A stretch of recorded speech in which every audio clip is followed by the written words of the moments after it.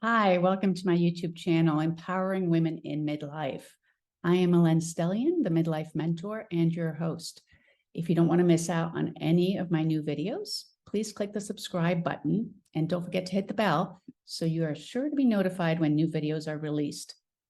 Today, I'd like to share a discussion I moderated on the Revel platform with Laurie Lee Davidson, the author of the new memoir, Growing into the Gray: Reflections on Transforming Trauma for Women and the World. The topic of this discussion was healing trauma, one woman's journey home to her body. If you want to learn more about how Laurie came to call herself not only a trauma survivor, but a trauma thriver, you'll want to tune into this conversation. Okay. Welcome again, everybody. My name is Ellen Stellian, and I will be facilitating today's discussion with author Laurie Lee Davidson. Let me change this view to speaker. I am the Midlife Mentor, and I have a passion for facilitating personal development in women 40 and over. And through my Thrive community, I help introspective, curious, action-oriented women deepen their journeys of self-discovery and growth and create their next chapter with courage and intention. I curate monthly free workshops for women 40 and over with expert guest speakers, and I hope you'll join us by signing up at myturntothrive.com. Now, I was thrilled to meet Laurie Lee Davidson and read her candid and heartfelt memoir. I have it right here, and I am honored to host today's discussion. And given the number of you who signed up, I think this topic clearly resonates with many of us, right? We are so glad you're here with us today to participate in this important conversation. So without further delay, let me introduce you to our star, our author. And in a minute, I'll also add links in the chat. Born in 1958, Laurie Lee Davidson spent her formative years on the eastern seaboard of the United States, migrated through other gorgeous parts of the country, and finally settled in Southern California 25 years ago. While grateful for her exceptionally fine formal education, Davidson more highly prizes the knowledge and wisdom she's gained through curiosity and commitment to lifelong learning. Hear, hear. Vocationally, she inhabited diverse fields, never really finding her thing, though writing was a constant. It wasn't until COVID-19 struck that she realized a book was inside her, just waiting to get out. Growing into the Gray: Reflections on Transforming Trauma for Women in the World, recently published, is her first book, and another is in the works. So when she's not playing with words or moving to music, she can most often be found communing with family and friends, immersed in the nearest body of water, or with her nose in a book. Learn more about Laurie on her website, and again, I will put that in the chat. So to get us started, Laurie, I would love for you to give us a bit of your backstory and really how you came to actually write this memoir. Right. I see a few familiar faces in the crowd, so I may be repeating myself to some of you, but I call myself an accidental author because I absolutely did not set out to write a book. It kind of happened, and it was a gift really of COVID. I had, in 2015, I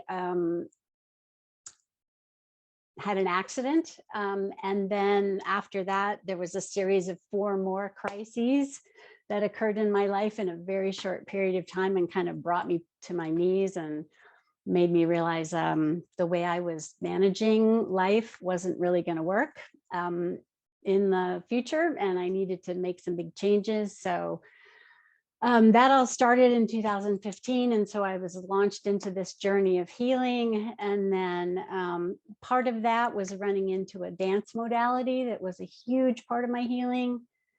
And I thought, wow, I think I'm meant to teach this so other people can, get the benefit of its healing nature. And so I was all set to make that happen. I was going to be training to be a dance teacher, and then COVID hit and that got shut down.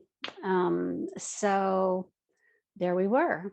And I was on quarantine, obviously, like the rest of us. So what else do I want to do?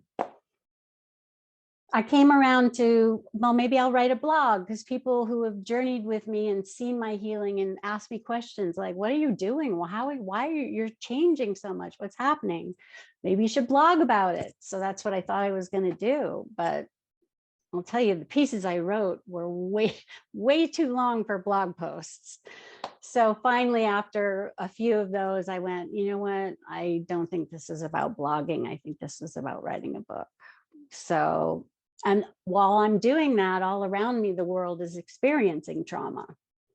I'm writing about my healing from trauma amidst global trauma, and the connections. I started to see massive connections between my own experience and the experience of the greater collective. So that informed the way I wrote my story. It's not just my personal story, it's the story of us all.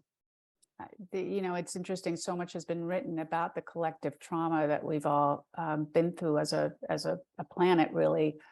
So, I mean, the timing of your book is just couldn't be better. So yeah, no, it's and I want to spend a little more time on the trauma piece. One of the things in reading your book that I thought was interesting is that you quote your therapist as saying, "We don't have to look back to find trauma; it'll surface in the present." So, when did you personally realize that you were dealing with unprocessed trauma? Yeah, that's a really good question, Ellen. It was kind of a gradual dawning as I was launched into this process of recognizing my life is pretty much a mess and I need to, what I thought was fix it, right? So the first stop for me was a mindfulness class, mindfulness-based stress reduction. And then from there, I went on to a few other things. And as I'm learning and growing through these experiences, the idea of how we get programmed early on in life was becoming larger and more clear to me that, through some of my experiences, I did take on some kind of toxic programming. And so that was slowly, I was awakening to that.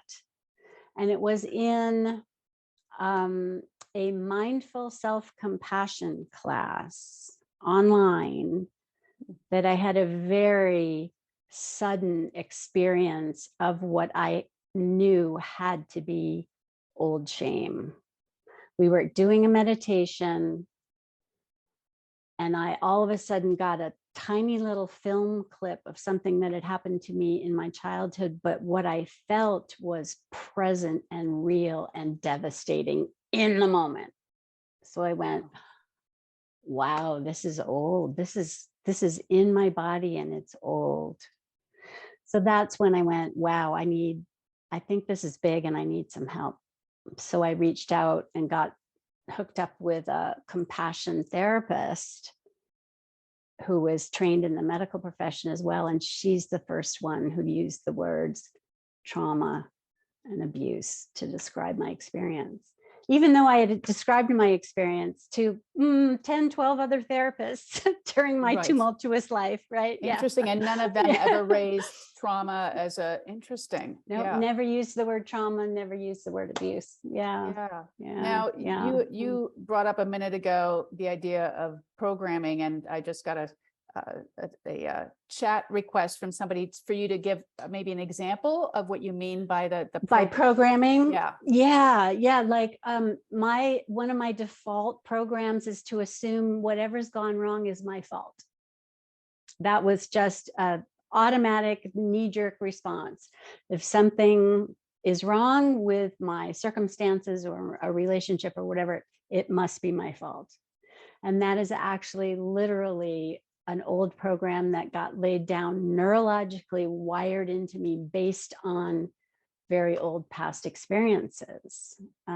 It really comes from the fact that we're born unformed. Our nervous systems are wide open and still forming. And so any sorts of influences that maybe don't meet our needs or violate our needs or, whatever, various negative consequences, that we receive that in a very physiological, biological way as small children. And that gets wired in, literally Yeah. wired in neurologically. Wow. Yeah. That's Yeah. super powerful.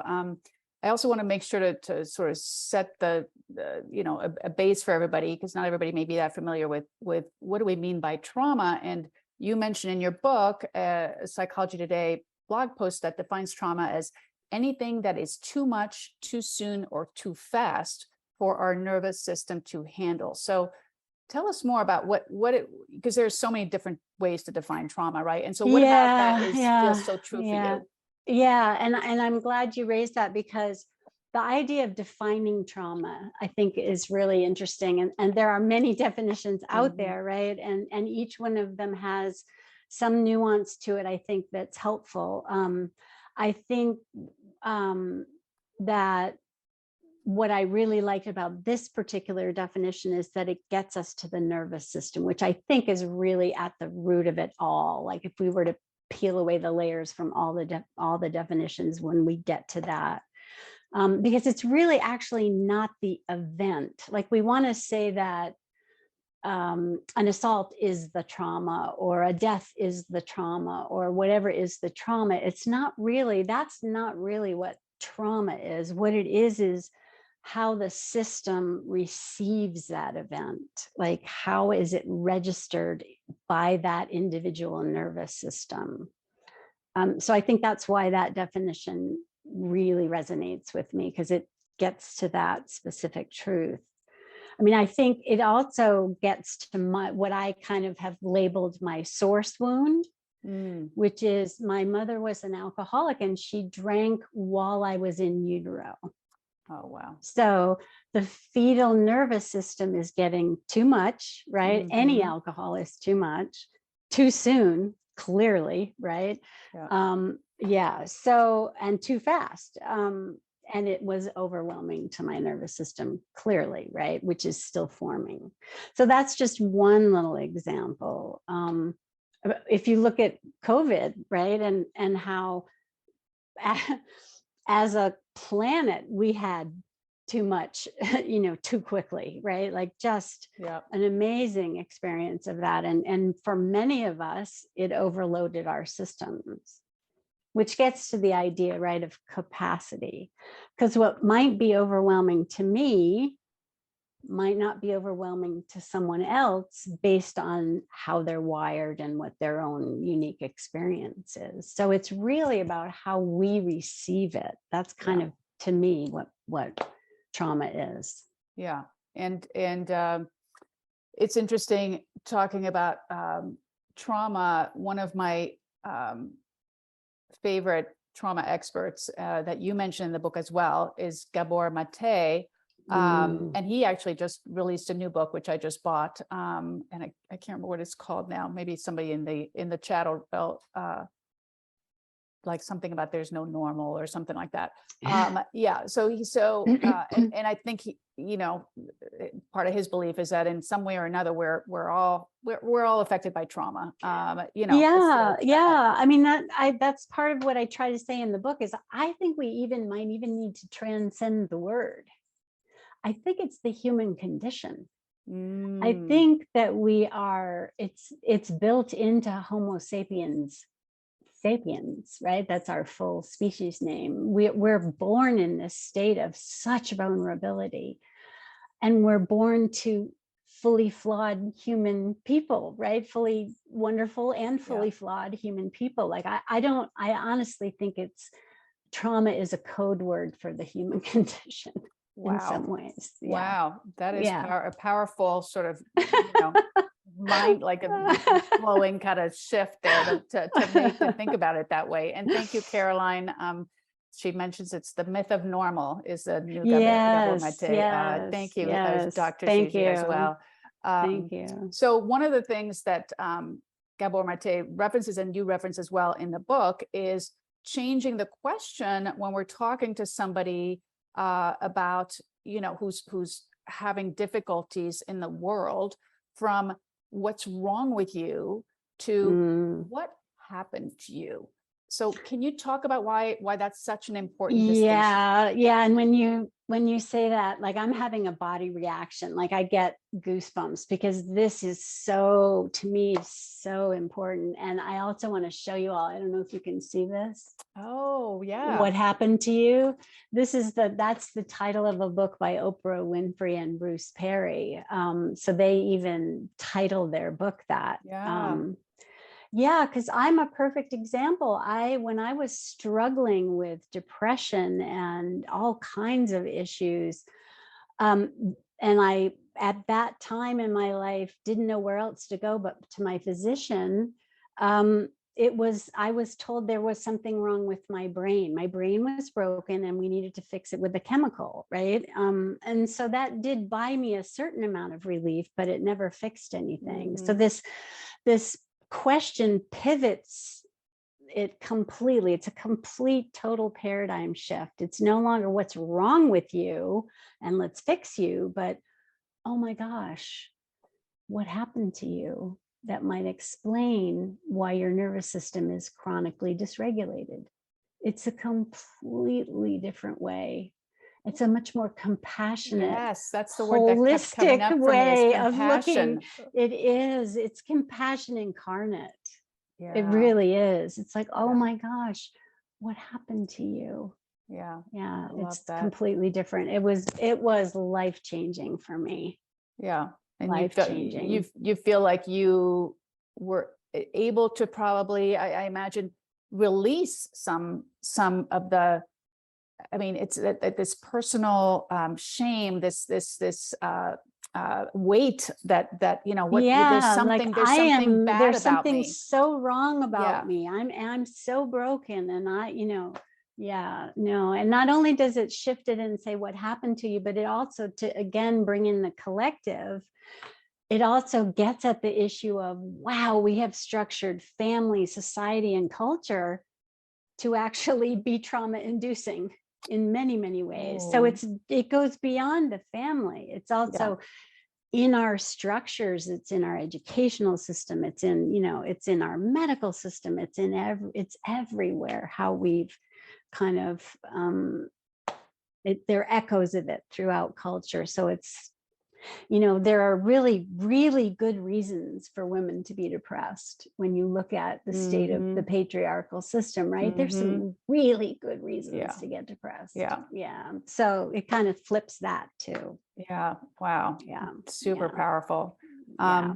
Now, what was really interesting to me in looking at your book is to see your journey through, I mean, you were putting out all the stops. You were trying a lot of different modalities, I mean, I'll just tell everybody, I mean, we're talking mindfulness-based stress reduction, BSR, mindful self-compassion, somatic experiencing therapy, somatic self-compassion, 5 rhythms. I mean, you were really on an exploration and a journey to healing that took you in a number of different places. So, and the thing that struck me that you bring up, obviously, in the book is how it all comes back to the body. All of these modalities seem to be based on the body. So can you tell us a bit more about that? Yeah, I mean, that was really a mind blower for me, because when I first thought, okay, mindfulness-based stress reduction, that's what's going to fix me. I was still in that fix me mode, right? And the very first thing they have you do is get in touch with your body. So I'm going in thinking mindfulness, and they have you getting in touch with your body. Right. So right there, I knew, wow, I think some things are going to start to shift for me. So yeah, and I just kind of followed. I'll tell you, when I opened to really look at myself and to feel the pain of looking back and looking in, because it, if you really do look, you will find painful stuff, right? It became clear to me that the more I opened to that, the more what I needed for whatever my next step was, or the next level of healing, was just kind of like would come across, like the universe was almost going, here you go, here's the next thing to do. So that's why so many different things, it's like one thing open to another to another. For example, the mindfulness got me in touch with my thought patterns as well as my body, but my thought patterns. And I realized I'd been keeping up this running internal dialogue that was so cruel. I was so cruel to myself and the things that I said. I wouldn't say those things to even my worst enemy, but I had this tape in my head. So that's what then I went, oh, that's what mindful self-compassion is about, is like learning how to transform that patterning to a healthier, more positive thing. So that's what led me into that. And then I stumbled on 5 rhythms while I was doing that. So it's all like this stumbling along the journey. Yeah, but it all comes back to the body. Absolutely every single one of them brought me back to trauma is biological, physiological. It is not a mental construct. It cannot be healed from here up. Yeah. It's not what we're thinking, we're carrying it in our body. Well, and it has to be addressed that way. As Caroline's saying, hallelujah. Lisa Ann before said, time to put women in charge. Referencing your patriarchy comments. Yes. And I just wanted to reference the book you also referenced in your book, The Body Keeps a Score, which is talking about the famous, book about trauma. And that's exactly what you're talking about. That's a seminal book. Yeah. And even before Bennekoek was saying that, there's a lovely little thing from Ida Rolf. She would say, your issues are in your tissues. Oh, wow. Yeah. That's Guess as granular what? as it gets. That is literally true. Yeah. It's literally true. Wow. Yeah. So I wanted to talk about parenting, because you're very honest in the book about the impact that your unprocessed trauma had in the way you parented your son. And for those of us, myself included, who have some deep regrets about how we parented our kids, what perspective, what hope can you provide that there's, it's not too late? Those of us who have 20, 30, 40-year-old kids, right. Turn that around, become the kind of parent we wish maybe we'd been earlier. Right. And I think that's a really important question. For me personally, I honestly believe it's never too late. I mean, we can't go back and erase things that we might have done that wounded them from our own place of unprocessed trauma. We can't do that. But the really good news of all this work that's going on in the trauma field is that it's rewirable. It's the miracle of neuroplasticity, right? We used to think that the brain got formed fully by 25 or whatever random age it was that we assigned, and that was that. And whatever you had at 25, you were stuck with it. And that, but we know now through the science that that's just not true, that we can literally rewire our brains up until the very end.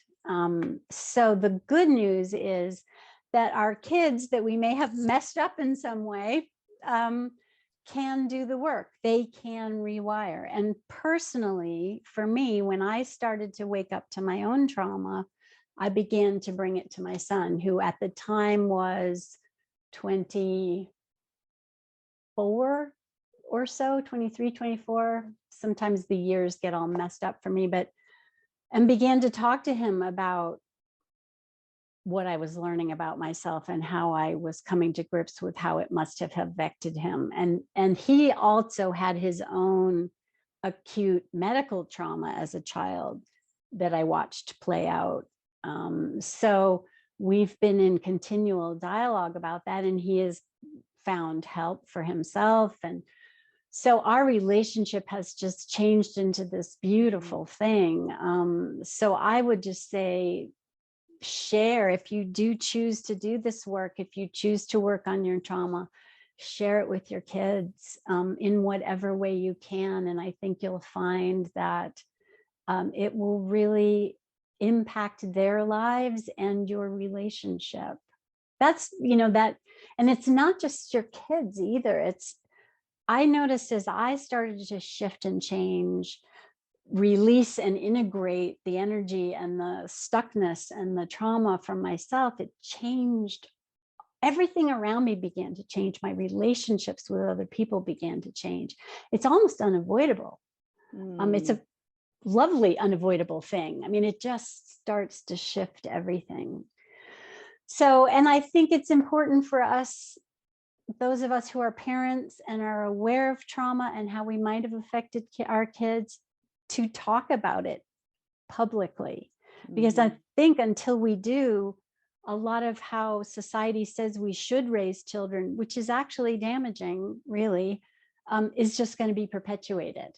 And the more we talk about it and how we're coming to grips with how what we might have done wasn't so great, the more culture will change and society will change as well. Yeah. So I think it's important on not only our own personal level, but on the social level as well. Yeah. And I do believe, I have great hope. I think that that it's important for us to share it with our kids.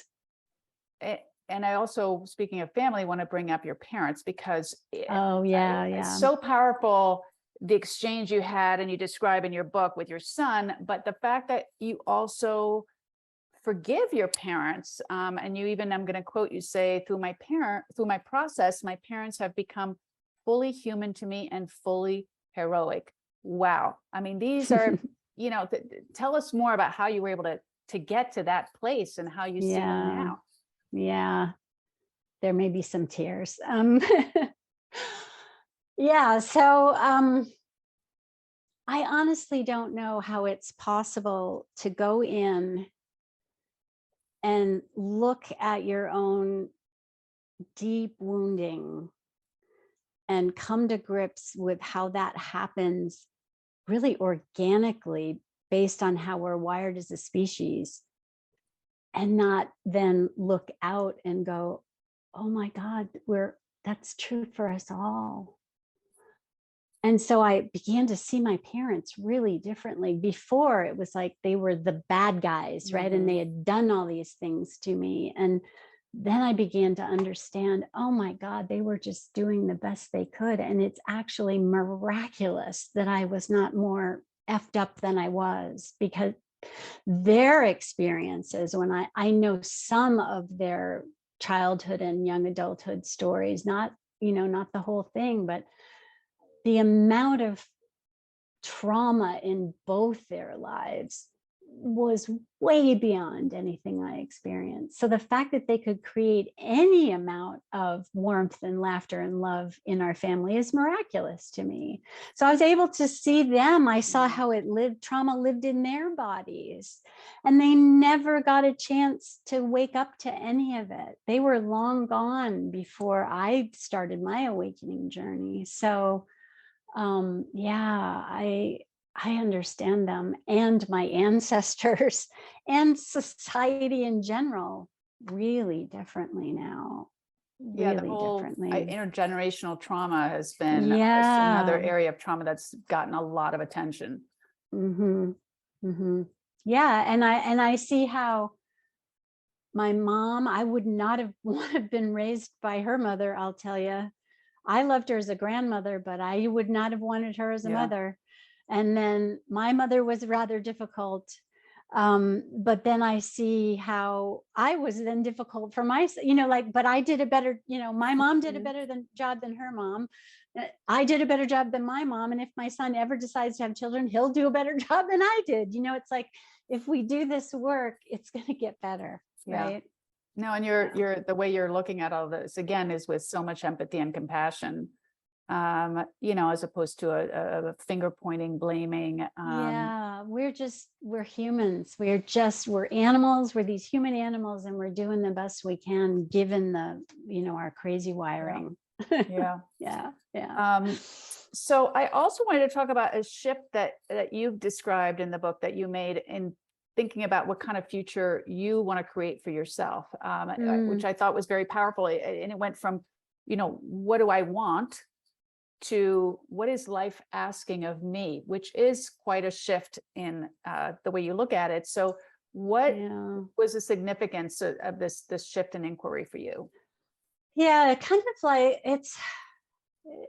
it's kind of like going from ego, like the small ego, to the higher self. But I want to be clear before I say that trauma does interesting things with ego. For some people, it creates an enormous ego. And for some people like me, no ego at all is formed. So, and there's that broad continuum, right? So for me, it was a matter of actually kind of having to put myself together and create a self, which involved figuring out what I want. That was very important for me, figuring out what I want, because I had no ego and I had no sense of that I even had a right to want things, right? So for someone else, it might be a completely different story, but this is all I know is my story was that, so putting those wants together was really a key step. But while I was doing that and working on embodiment and seeing this bigger picture of what it means to be fully human, I was realizing how I'm just a part of this massive web. Like we as humans are just a tiny piece of the whole web of life, right? And we could even take it beyond planet Earth, but why don't we just stay there for now, right? Like we're just a tiny piece of that massive web of the earth. And so I all of a sudden was waking up to my responsibility to, well, so what kind of energy do I want to put into this collective field that I'm clearly part of? So yeah, I don't think you can do this work really deeply and stay in the place of the ego of it's all about me and what I want. Right. It becomes what's best for all. What's the greater good here? Yeah. And how do I help make a difference? Wow. Another huge paradigm shift again. Yeah. Wow. Yeah, I feel like I've had all my paradigms completely blasted apart. I know. Yeah, no, a lot of like, I was telling Laurie before we started recording that you're going to want to read the book because you want to, the whole description of what you go through in your marriage and its ups and downs and some of the interesting ways you resolved, some of your struggles in your marriage are super interesting and creative. And I was also wanted to point out that you discussed the myth of Prince Charming. And I would love for you to talk a little bit about that myth and sort of how instead of pursuing that myth, we you would advise us to look at reality. Right. And that was such a shocking thing for me, Ellen, because when I realized that the myth of Prince Charming was still lurking in there at 60, whatever, like seriously, and I've been a feminist for a very long time, and always, just like, wow, it was amazing to come across how it was still lurking in there unconsciously.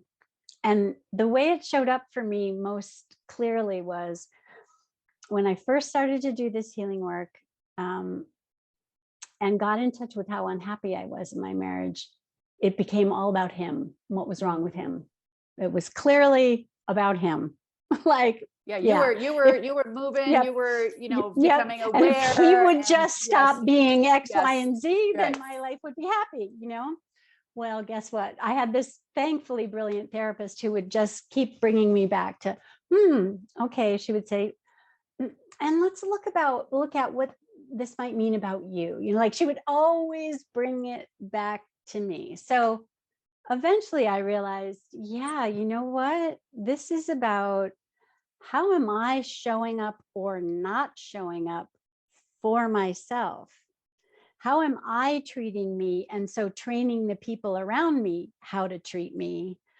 And so it became very clear that it boils down. Now we're assuming nothing untoward. We're not talking about an abusive relationship. We're not talking about that. That's a completely different story, right? I'm talking about just kind of your garden variety relationship issues and things that make you discouraged and want to pitch it and go on to somebody else, right? Those issues would have stayed with me and gone to the next Prince Charming. It's not about Prince Charming. It's about me becoming my own beloved, treating myself as such and putting that energy out. And then what comes back to me is completely different. It's not about some man or woman or whomever, depending upon your orientation, completing you or making your life okay. It starts here. And that became so incredibly clear to me. Wow. And It's made a way all to the take difference. the power back, like you It said, is because it keeps us infantilized, Yeah, right? When right. we're looking out there to find it, we stay little and powerless. Yeah. And this is about women becoming powerful and stepping into that. Yeah. And owning it. Yeah. Yeah. And speaking of power, you say, that you're more than a trauma survivor. You are a trauma thriver, which I had not really thought of as two words that go together before. But could you tell us more about that shift?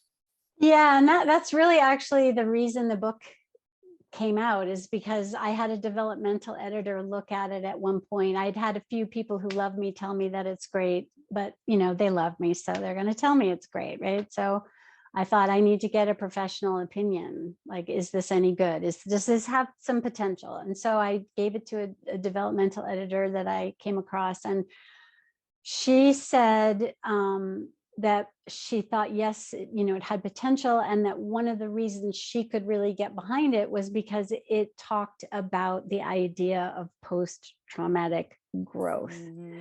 There are lots of things in the zeitgeist about post-traumatic stress disorder, but there's not a whole lot about how there's the potential for growth beyond that, enormous growth. And it's interesting because PTG is literally just as recognized as PTSD. It's had a lot of research behind it, but it's not been disseminated to the public. One has to ask why, right? I know a lot of people, I know it's not, Yeah. it's certainly not as prevalent. Yeah. No, you can't sell a lot of drugs. You can't do a lot of things. Like, if we put the power into people's hands, that you can actually grow through and heal these things, right? Yeah. So it's a very powerful phenomenon. And I have to say, Gabor Mate's out there about not everyone's going to make it through.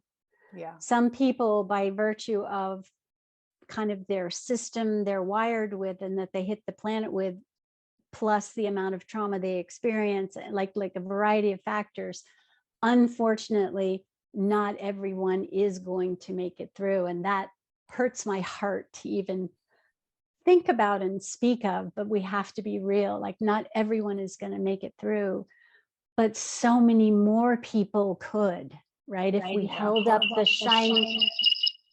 shining potential of it's possible to grow past this. The only bad news in the good news is that you have to be willing to open yourself up to pain, right? This was not all about light. This was also about dark, and was being willing to go into the darkness, muck around, so that I could get back out to the light. So that's the only little piece of bad news, I would say. But I think as a culture, we need to stop being in denial of all that and to be more embracive of all that. Yeah. Yeah. Wow. So, I know this is not a how-to book, but really a recounting of your personal journey, and also, talking about the collective.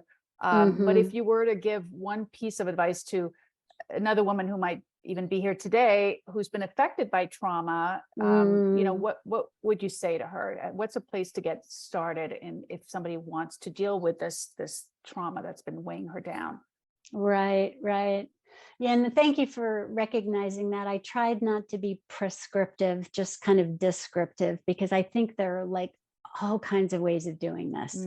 And the resources that I used may not be resources that might fit with you, but there is one thing that I always come back to, and that is the body. That it has to somehow involve getting into, like, befriending your body and learning about your nervous system. And I say it took a blow to the head, because that was the accident I had. I actually smashed my head into a swimming pool. So it took a blow to the head to get me to come down from living in it down into the body. And that I think we've proven now through enough science as well as enough empirical evidence that without the body's involvement, there just is not going to be healing. Yeah. So there are multiple resources out there. I would just Google somatics, somatic trauma healing, and away you go. I put resources in my book, Yeah. the ones that I'm aware of. There's so many good people out there now doing so much good work. And it's the body, and it needs to involve other people. Trauma is a relational phenomenon, so it needs to be worked out in relationship. That doesn't have to be just a therapist. It can be a group. It can take any number of creative forms. The body in relationship. Love it. Okay, before I open it up to Q&A, one last question. Yeah. You have another book in the works? I actually do. While I was writing this one, I had a somatic symptom come up, and I went, I think this is something really important. So I specifically took it to my therapist, and we started to work it. And I found myself, I stopped writing what I was writing and started to write in real time about this process. And at one point I thought, okay, this belongs in that book. And I tried to stuff it in that book, and then went, oh no, you know what? I think this is something completely different. So I put it aside. So it's a partially written second book, and it is specifically about what I did somatically to heal sexual trauma. Wow. So that's Okay. that's in the Okay. works. That's in the Yeah. works. Yay. Yeah. Okay. So exciting. Yeah. Well, thank you so much. I'm going to turn off the recording now so that we can open up the Yeah. conversation. Yeah. So I'm going to do that right now.